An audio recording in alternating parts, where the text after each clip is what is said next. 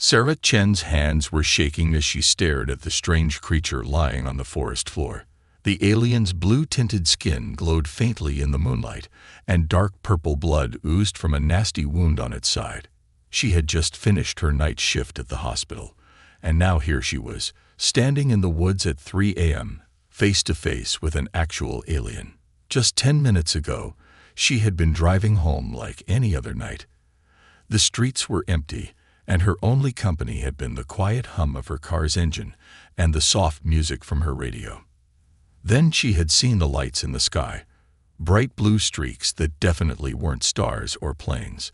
When one of those lights had crashed into the woods with a loud boom, Sarah had done something either very brave or very stupid. She had parked her car and gone to look. The alien moved slightly and made a sound like whispered singing. Sarah took a deep breath and reminded herself that she was a nurse. Her job was to help people who were hurt. And right now, this alien needed help. "I'm not going to hurt you," she said softly, taking a small step forward. She held up her empty hands to show she meant no harm. "I'm a nurse, someone who helps heal others." The alien's large, silver eyes blinked at her. It had a face that looked almost human, except for the silvery patterns that seemed to move under its skin. It tried to sit up but fell back with a musical cry of pain. Sarah moved closer, her nurse's training taking over. "Stay still," she said firmly. "You're hurt." She knelt beside the alien, noticing that it was wearing some kind of metallic suit that was torn where the wound was.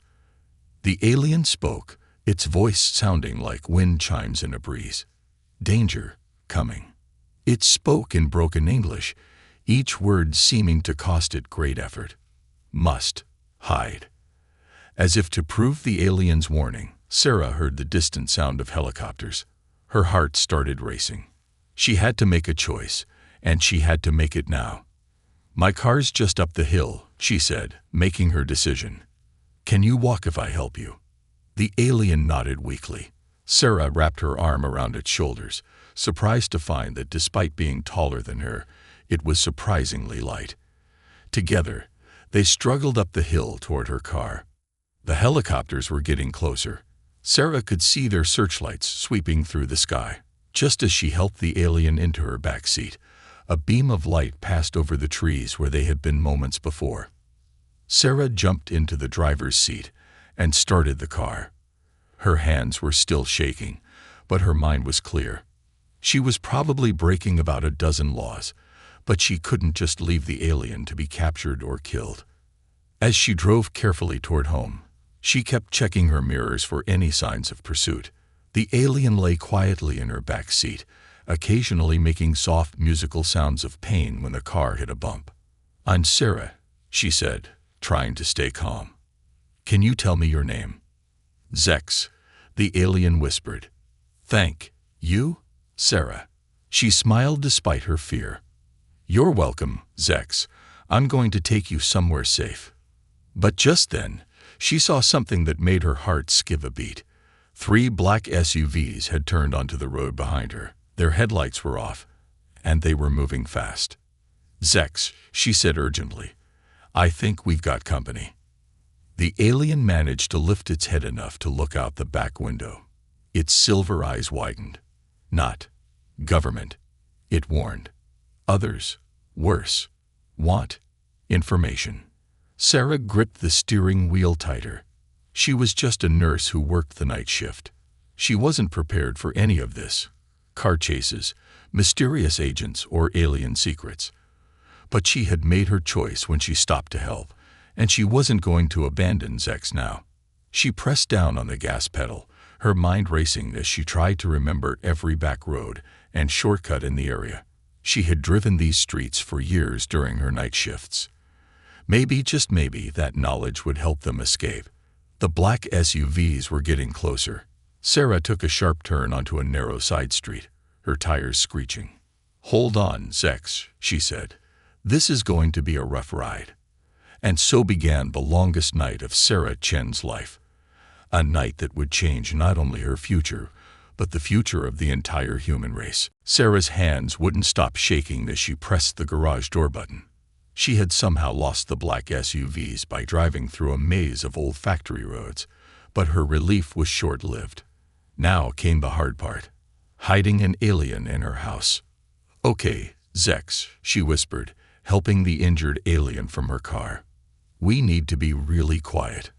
My neighbor Mrs. Rodriguez has ears like a bat." As if on cue, a cat yowled nearby, making them both freeze.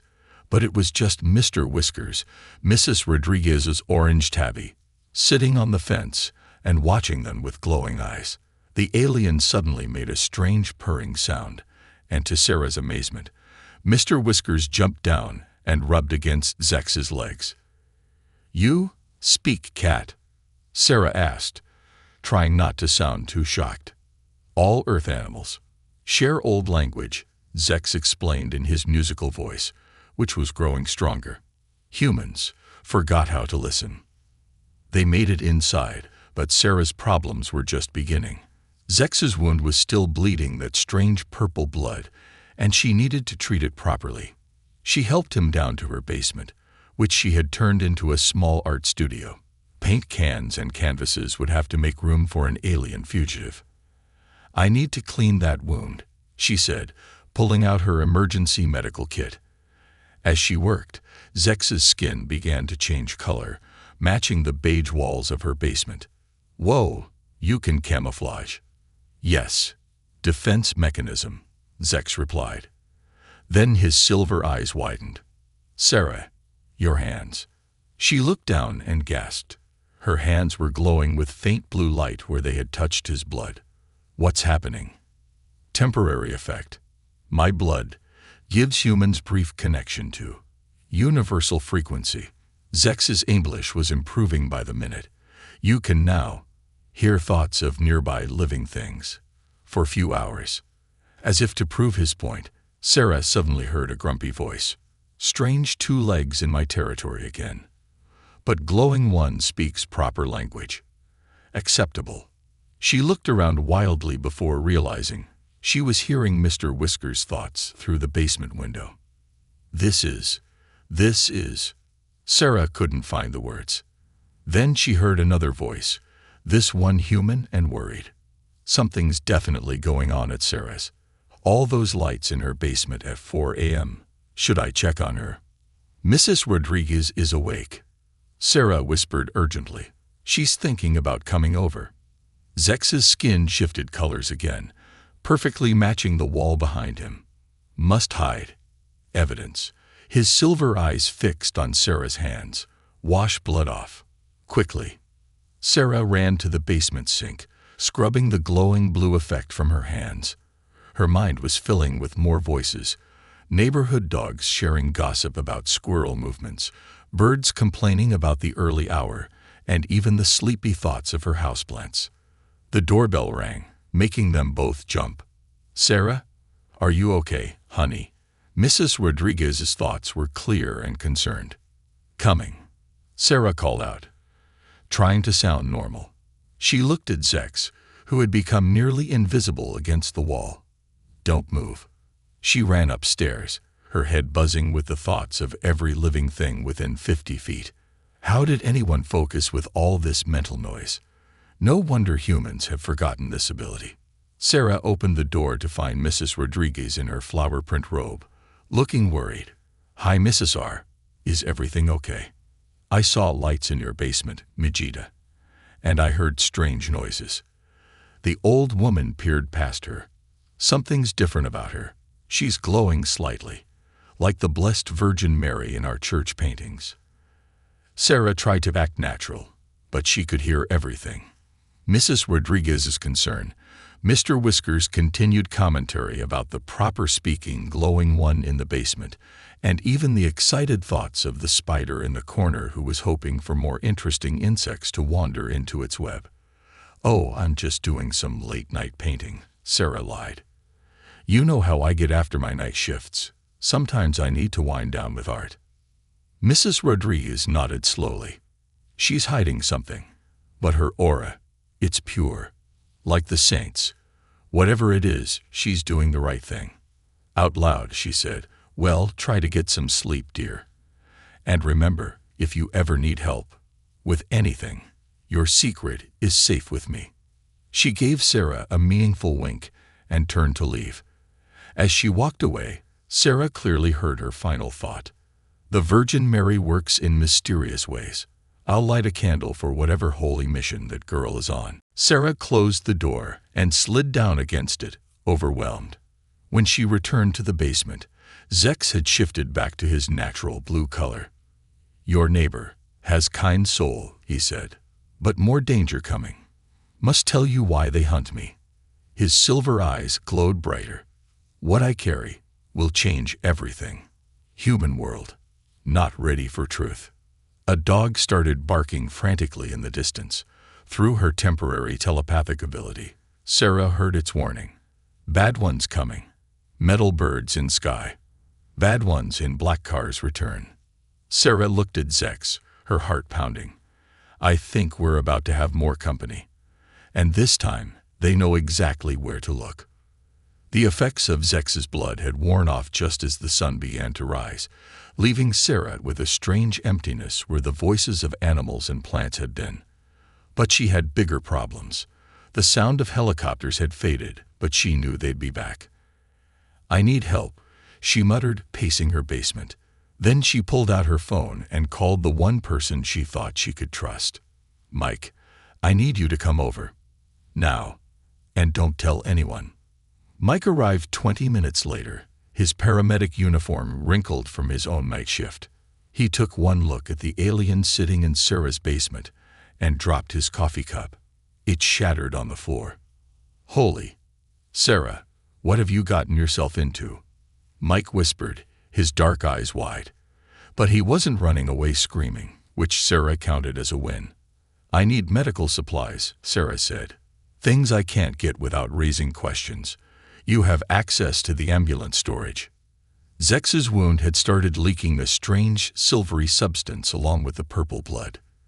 His skin, usually a calm blue, now showed swirling patterns of distress. "Earth bacteria, attacking my cells," Zex explained, his musical voice weaker than before. "Need specific minerals. Copper, zinc, in pure form." Mike ran his hand through his curly hair. "I know where to get those. But Sarah, this is bigger than us. Maybe we should. If you say call the authorities, I will never speak to you again." Sarah cut him off.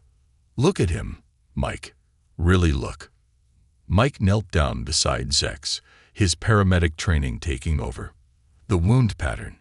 It's not just from the crash, is it? Someone did this to you deliberately." Zex's silver eyes met Mike's. "Yes, because what I carry." He pressed a hand to his chest, and suddenly a hologram appeared above it. It showed Earth, but with strange dark spots spreading across it like a disease. "They are already here," Zex said, his English suddenly perfect and clear, though it clearly cost him great effort. "Infiltrators. Using humans like puppets. I have proof. List of all compromised officials. And cure." The hologram changed, showing microscopic structures that made both Sarah and Mike gasp. The dark spots were actually tiny machines, smaller than cells. "Nanobots," Mike breathed. "They're controlling people with nanobots."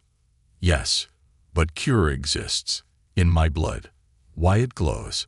Why." Sarah could hear thoughts briefly. "It breaks their control. But needs to be stabilized. Need Earth minerals too. Keep formula from degrading." Suddenly, Sarah's iPad, sitting on her art table, turned on by itself. Text appeared on the screen. "Found you. Sorry, sister. Had no choice." "What the?" Sarah grabbed the iPad. More text appeared. "They control internet. See all devices. You're a friend, Mike. Check his neck." Sarah spun toward Mike, but he was already backing away, his hand covering the back of his neck. His eyes had changed, becoming dull and empty. "I'm sorry, Sarah," he said in a flat voice, nothing like his own. "But you don't understand what's at stake. They're not invaders. They're saving us from ourselves. No more war. No more conflict. Perfect unity. Mike, fight it. Sarah pleaded. This isn't you. The iPad flashed again. Basi ement window. Now, Brock titar enens bjort. Love, your sister, Amy. Tia sorry I fakey di ngai di last year. Was only way to fight them. Sarah's world spun. Amy was alive. Her sister, who she'd mourned for a year after a supposed hiking accident, was alive and fighting alien nanobots. Mike pulled out his phone, moving like a robot. Units converging. Subject located. Alien and human female. Basement level. Zex suddenly stood up, his wound seemingly forgotten. His skin blazed with blue light. No time. Sarah, choose now. Trust sister you thought dead, or friend already dead inside. Through the basement window, Sarah saw an unusual delivery van pull up. The driver had Amy's face, older, scared, but definitely Amy. The basement door burst open above. Heavy boots thundered on the stairs. Sarah made her choice. She grabbed Zex's hand, feeling the strange tingle of his blood's effect beginning again. As the thoughts of every living thing around her flooded back in, she heard one clear message from the potted plant by her window. Jumped, 2 legs. Jump now. The other 2 legs below will catch you. The controlled ones cannot be saved yet. Sarah had always trusted her plant's artistic advice for her paintings. Now she'd trust them with her life. She pulled Zex toward the window, hearing Mike's voice behind them. Stop. It's better this way. No more loneliness. No more free will. I'll save you, Mike, Sarah promised. But first, I need to save everyone else. She kicked out the window screen and jumped into the pre-dawn darkness, pulling Zex with her. Above, Mike's hollow voice called for backup. Below, her supposedly dead sister waited with arms open.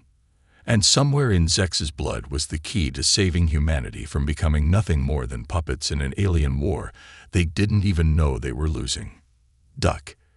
Amy yelled, swerving the delivery van as a drone swooped down from above.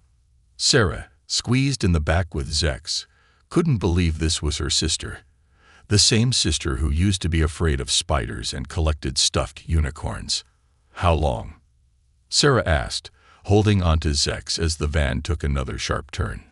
How long have you been fighting them? 2 years, Amy answered, her scarred hands tight on the wheel. Found out by accident. I was doing maintenance on cell towers. My boring-it job, remember. Caught them installing something weird. Tiny machines. Wasn't supposed to see it. Had to run. A black SUV appeared in their rearview mirror. Amy pressed a button on the dashboard, and suddenly their van's appearance changed. The white delivery van paint job flickered and transformed into a red food truck design. Holographic camouflage, Amy explained with a grim smile. Stole it from them. Pretty cool, right? Zex made a pain sound as they hit a bump. The silvery substance was now dripping steadily from his wound. Need. Minerals. Soon. Or formula lost. About that, Amy said, taking another sharp turn. I know where we can get what you need, but you're not going to like it. She pointed ahead to a familiar building, Millennium Mall, where Sarah used to shop. The basement level isn't just storage anymore. They've built something down there, a processing facility for the nanobots. They'd have pure minerals. The mall. Sarah couldn't believe it. All those shoppers above. Don't know what's happening below, Amy finished. Classic hiding in plain sight. Suddenly, their van's radio crackled to life by itself. Mike's empty voice came through. Sarah, please, we were friends once. The unity they offer, it's beautiful. No more depression. No more anxiety. They fix everything broken in human minds. Sarah felt tears in her eyes. Mike had struggled with depression for years. Of course they would use that. Shut up. Amy punched the radio off. They always do this. Use people you love against you. Made me watch Mom and Dad get taken last month. Mom and Dad, Sarah whispered. They're controlled. Like Mike. Like half the city now. Amy's voice was hard. But Zex's cure could save them all. If we can stabilize it. They pulled into the mall parking lot, blending in with early morning delivery trucks. Amy pointed to a service entrance. Down there. But we've got maybe 10 minutes before. She was cut off by a strange humming sound. All their phones began vibrating at once. In fact, every electronic device in sight was activating. Phones, cars, even digital watches. They all displayed the same message. Intertwine citizens. Mandatory unity puro to CSOL initi. Eat. Remain calm. Embrace peace. No, Amy whispered. They're starting mass conversion. The whole city. Through the van's windows, they watched in horror as people in the parking lot began moving like robots, their eyes going dull. A mother holding her child's hand suddenly stood still, then started walking in perfect unison with everyone else. They're beautiful together. Mike's voice came from their radio again. Join us, Tara. Amy. No more fighting. No more pain. But something else was happening too. Mr. Whiskers, who must have followed them by hiding in the van, suddenly jumped onto the dashboard. The cat's eyes were glowing with the same blue light that Zex's blood had given Sarah. 2 legs not alone. The cat spoke. Actually spoke. In English. Though its mouth didn't move. Earth creatures remember old ways. We help. All around the parking lot, animals were emerging. Cats, dogs, birds, even rats and squirrels. Their eyes all glowed with that same blue light. The nanobots, Zex explained weakly, cannot control. Natural life. Animals immune. Plants immune.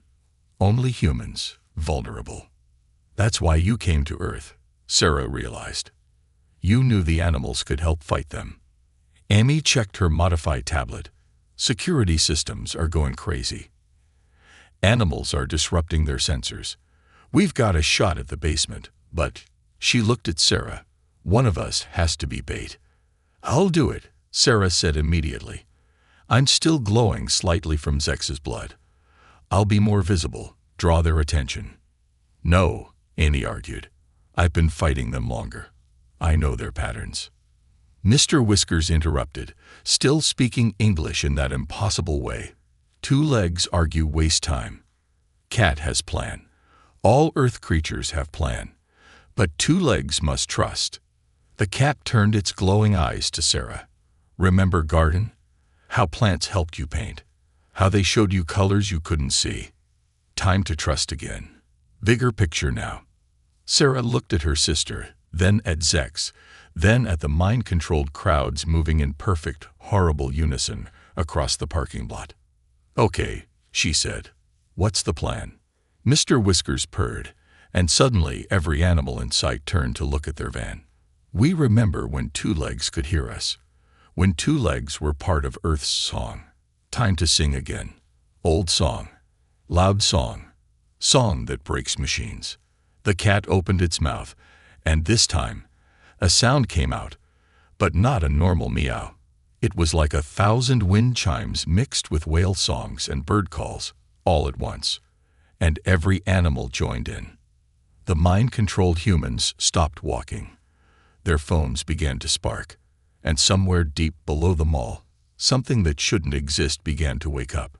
Something old, something that remembered when humans could hear the Earth's song too. The real fight for humanity was about to begin. The ancient song of Earth's creatures shook the mall's foundation, shattering windows and shorting out security cameras. But something else was happening too. The ground itself was beginning to pulse with a soft blue light, the same color as Zex's blood. The sleeping ones wake, Mr. Whiskers announced, his feline eyes glowing brighter. The first guardians return.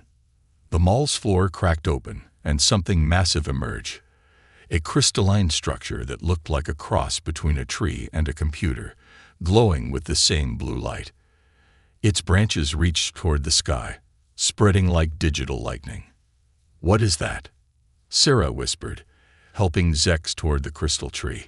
Earth's original defense system, Zex explained, his voice stronger near the crystal. Built by your ancestors, real ancestors, before the forgetting. Before humans were made to forget, Amy corrected, checking her Modify tablet. They're not just invading us now. They've invaded us before and made us forget who we really were. The crystal tree's light pulsed, and suddenly holographic images appeared around them, showing scenes from Earth's ancient past. Humans working alongside creatures of light, building the crystal trees. Humans speaking with animals, sharing the universal language. Humans with abilities far beyond what they had now. We were more, Sarah breathed. They didn't just take our free will this time. They took our heritage, our true history. A group of controlled humans, led by Mike, marched toward them in perfect unison. But when they got close to the crystal tree, they stopped. Their eyes flickered between empty gray and natural color. The nanobots, Zex said. They cannot function near the crystal's frequency, but affect temporary. Need my blood's formula to make permanent cure. Amy pointed to a maintenance door that had been revealed when the ground cracked. Down there, the mineral storage. But those readings, she showed them her tablet. Something else down there too. Something big. Mr. Whiskers jumped down from the van, and suddenly dozens of other cats emerged from hiding places around the mall. We remember the old ways. They all spoke in unison. We will guard the crystal heart. 2 legs must go below. Face the hidden truth. Sarah helped Zex toward the door, while Amy covered them with what looked like a modified price scanner, but hummed ominously like a weapon. The controlled humans stood frozen, caught between the nanobot's commands and a crystal's influence. They descended into darkness, but the walls themselves began to glow with familiar blue patterns. These tunnels, Amy said, they're everywhere under the city. We've been walking over our own forgotten history every day. They found the mineral storage room easily enough, too easily. And there, waiting for them, was the last person Sarah expected to see. Mom. Their mother stood there, but not controlled like the others. Her eyes were clear and sad. She wore some kind of advanced armor that pulsed with dark energy, the opposite of Zex's blue light. I'm sorry, girls, she said. I've been working for them for 30 years, since before you were born. They promised us advancement, evolution, freedom from human weakness. She gestured to the walls of pure minerals. Take what you need for your alien friend. But first, you need to understand what you're really fighting against. She pressed a button on her armor, and a hologram appeared. But this one showed the galaxy. Thousands of worlds, all connected by lines of dark energy. The nanobots aren't just about control, their mother explained. They're about ascension, joining a galactic network of shared consciousness. No more war, no more division, no more free will, Amy cut in. No more real love, no more real choices.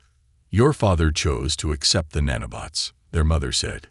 He understood the bigger picture. The real war isn't between humans and aliens. It's between chaos and order, between the messy reality of free will and the perfect unity of shared purpose. Sarah felt Zex trembling beside her. The silvery liquid was now dripping faster from his wound. They needed those minerals now. But their mother wasn't finished. What Zex carries isn't just a cure for the nanobots. It's the key to awakening humanity's forgotten powers. The abilities we sealed away because we weren't ready for them. Because they brought only chaos. She drew what looked like an ancient stone from her armor. It pulsed with both dark and blue energy, fighting itself. This is humanity's true history. Take it. Understanding is the first step to making the right choice. Above them, the crystal tree's energy pulsed stronger. The cat's song grew louder. And somewhere in the city, other crystal trees were awakening, called by the first. Sarah looked at the stone, then at her mother, then at Zex. Sometimes, she said, the right choice is the messy one, the hard one. She reached for the stone. Show me everything. The stone lit up at her touch, and suddenly Sarah saw it all. Humanity's true past, their sealed powers, and the real reason Zex had chosen her that night. Some secrets were meant to be remembered, no matter how difficult the truth might be. The final battle for humanity's soul wasn't just about freedom from control. It was about remembering who they really were. And it was about to begin. The ancient stone pulsed in Sarah's hands, flooding her mind with humanity's true history. She saw it all. Humans hadn't evolved from apes. They had devolved themselves, sealing away their powers when an ancient civil war nearly destroyed Earth. "We chose to forget," Sarah whispered, the knowledge burning through her, "because we couldn't handle our own power. The nanobots, they're not just invasion tech. They're using our own sealed abilities against us." Her mother nodded grimly. "Now you understand why some of us chose their side. Better controlled power than destructive chaos." But Sarah saw something else in the stone's memories, something her mother hadn't seen. "No," she said, "the chaos wasn't from our powers. It was from trying to seal them away. We weren't meant to be less than we are." The crystal tree above rumbled. Through the basement ceiling, they could hear Mr. Whiskers and the other animals still singing their ancient song. But now Sarah understood what they were really singing. It wasn't just a disruption signal. It was a key. Zex stumbled forward, his purple blood now mixing with the silver liquid in strange patterns. "Sarah sees truth now. Why I chose her. Why I let myself be shot down near her house. You knew," Sarah realized. "You knew I was a descendant of the ones who refused to seal their powers. The ones who kept the old ways alive through art. Her paintings, her ability to see colors others couldn't. The way plants had always seemed to speak to her. It hadn't been imagination." Suddenly, Mike's voice echoed through the basement speakers, but different now. Scared. "Sarah, the network, something's happening. The nanobots, they're evolving." Amy's tablet showed security feeds from across the city. The controlled humans were changing, their skin taking on a metallic sheen. The nanobots weren't just controlling them anymore. They were transforming them. "Final phase begins," their mother said sadly. "The transformation cannot be stopped now. Soon, all of humanity will ascend to the network. No more flesh, no more chaos, only pure digital order." But Sarah wasn't listening. She was looking at the stone, at Zex's wound, and at the walls of pure minerals around them. A crazy idea was forming. "Amy," she said, "you modified that price scanner into a weapon. Can you modify these mineral storage units into transmitters?" Amy's eyes lit up with understanding. "The crystal trees. They're receivers. If we can broadcast through them." Using this, Sarah held up the stone. "And this," she reached toward Zex's wound. "Sarah, no." Their mother moved to stop her, but Mr. Whiskers appeared from nowhere, landing between them with glowing eyes. "Let two legs choose," the cat said. "As we chose, as all must choose." Sarah pressed her hand into Zex's wound, letting the mixture of purple blood and silver liquid cover her fingers. With her other hand, she held the stone against the nearest mineral crystal. The effect was immediate and impossible. Light exploded from the contact point, racing along the mineral veins in the walls. Above, the crystal tree blazed like a newborn star. Sarah felt the power surge through her, ancient knowledge unlocking in her DNA. She saw the nanobots' network, saw how it piggybacked on humanity's sealed powers, and she saw how to wake those powers up, not in the controlled way the invaders wanted, but in the wild, beautiful way they were meant to be. "I understand now," she said, her voice echoing with strange harmonics. "The animals never forgot the old songs because they never tried to control them. The plants never lost their voice because they never tried to force it.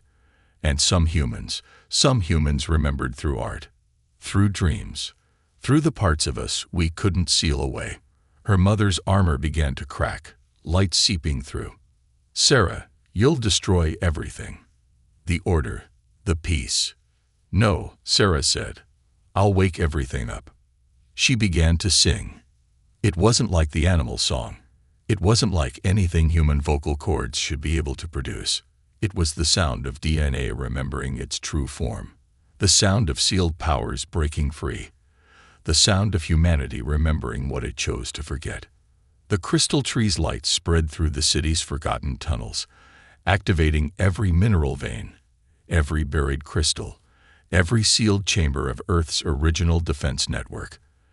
And as it spread, humans began to change, not into the metallic forms the nanobots wanted, but into something else, something both ancient and new. Mike's voice came through again, but clear now, free. Sarah, I remember. God, I remember everything. No, Sarah's mother screamed, but her armor was falling away, and tears of blue light rolled down her cheeks. We sealed it away for a reason. The wrong reason, Sarah sang. We were never meant to control power. We were meant to be part of it. Zek stood straighter, his wound finally healing. Earth wakes, he said. As it was meant to. As it must. The network fails because it cannot control what is truly free. Through the basement ceiling, through security feeds, through the stone's visions, they watched it happen.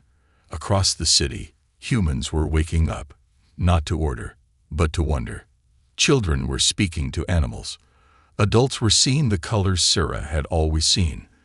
The sealed powers weren't destroying civilization. They were rebuilding it, but this time without the fear that had caused them to seal it away. But deep in the nanobots' network, something stirred. Something angry. Something that had waited millennia for this transformation, and wasn't about to let humanity wake up instead of uploading. The final battle wasn't going to be fought with weapons or armies. It would be fought in the space between flesh and light, between digital and organic, between sealed power and wild wonder.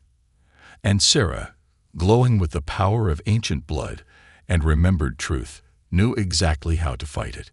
The digital storm raged across the city's network, nanobots fighting against awakening humans. But this wasn't just a battle between technology and biology. It was a war between two different dreams of what humanity could become. Sarah stood in the basement's center, her body glowing with swirling patterns of purple and silver. The ancient stone had merged with her skin, becoming a part of her. Around her, reality itself seemed to flicker between digital and organic forms. They're coming, Amy warned, her modified tablet showing massive data surges. Something big is emerging from the network. Through the crystal tree's connection, Sarah could see it. A massive digital entity forming above the city, made from the combined consciousness of billions of controlled minds across countless conquered worlds. It took shape as an enormous face in the sky, made of shifting code and dark energy. Humanity. It spoke, its voice making phones and computers everywhere vibrate. We are ECONVERGNC, the ultimate humanity. Your species is stands at AECROSSOROEDs. No, Sarah replied, her voice carrying the harmonics of Earth's song. We stood at that crossroads 10,000 years ago. We chose wrong then. We choose differently now. She could feel every awakening human in the city, their sealed powers flooding back. Children were painting with light. Teenagers were speaking to trees. Adults were remembering dreams they'd dismissed as impossible. And through it all, the animals kept singing, their ancient song growing stronger. Mike ran down the basement stairs, his eyes now swirling with colors. Sarah, you have to see this. The hospitals. Everyone's healing themselves. The schools. Kids are teaching the teachers things that were forgotten. It's beautiful and terrifying, and... He stopped, seeing their mother still fighting the transformation, her armor cracking. Mom. No, their mother screamed. Order is necessary. Structure. Control. Without it, we're free, Sarah said softly. And that's what you really feared, isn't it? Not chaos. Freedom. Zek stepped forward, fully healed now. Show them, he said. Show them what made me choose Earth. What made me choose you. Sarah nodded, and began to sing again. But this time, she sang in colors. Light poured from her, showing visions of other worlds, worlds the convergence had unified. Dead worlds, empty worlds, worlds where order had become extinction. They chose peace, the convergence boomed. They chose death, Sarah countered. But Earth chose to hide its power rather than lose it, chose sleep rather than submission. And now, she raised her hands, and every human in the city felt it. The connection not to a digital network, but to life itself, to each other, to Earth, to the universe, not as a unified consciousness, but as countless unique voices in an infinite song. The crystal trees pulsed, their light reaching into space, and suddenly responses came. Other worlds, other species, awakening. The convergence's network was becoming something else, something alive and free. Now, Mr. Whiskers yelled, and every animal in the city focused their song on Sarah. She felt her mother's knowledge flowing into her through the cracking armor, how to access the network, how to reach its core. She felt Amy's tech skills, showing her digital pathways. She felt Mike's medical knowledge, teaching her how bodies and energy flowed. She felt Zex's alien wisdom, revealing how different kinds of life could connect. Above the city, the convergence's face began to change. What is DIS? Life, Sarah answered. Real life. Messy and beautiful and free. She sang one final note, and everything changed. The nanobots didn't die. They transformed, becoming bridges between digital and organic, but controlled by life rather than controlling it. The network didn't break, it evolved, becoming a living thing itself. The sealed powers didn't destroy. They created, turning cities into gardens where technology and nature grew together. Their mother's armor fell away completely, leaving her crying and laughing at the same time. I was so wrong, she whispered. So wonderfully wrong. The sky cleared, showing stars that now seemed closer, more alive. Signals came from across space, other worlds, inspired by Earth, breaking free from the convergence and waking up to their own songs. Earth shows the way, Zex said proudly. As I knew it would. Humanity never needed to be controlled or uploaded or unified.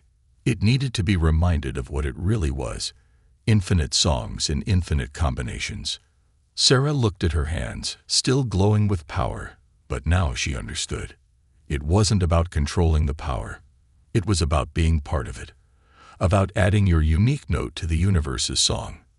Mr. Whiskers jumped onto a mineral crystal, his eyes glowing. 2 legs, remember now. Remember and choose better. But much work ahead. Many songs to relearn. Many bridges to build. Sarah looked at her family. Amy with her modified tech that now worked with life rather than against it. Mike with his healing abilities now enhanced by awakened power. Their mother with her deep knowledge of what to avoid and what to embrace. She looked at Zex, who had trusted Earth to wake up rather than give up. Well, she said, smiling as new colors bloomed in the air around her words, I always wanted my art to change the world. Above them, the crystal tree sparkled with infinite possibilities. Around them, the city buzzed with awakening wonders. And everywhere, life wrote new songs in the endless space between digital and organic, between order and chaos, between what was and what could be. It wasn't an ending. It wasn't even really a beginning.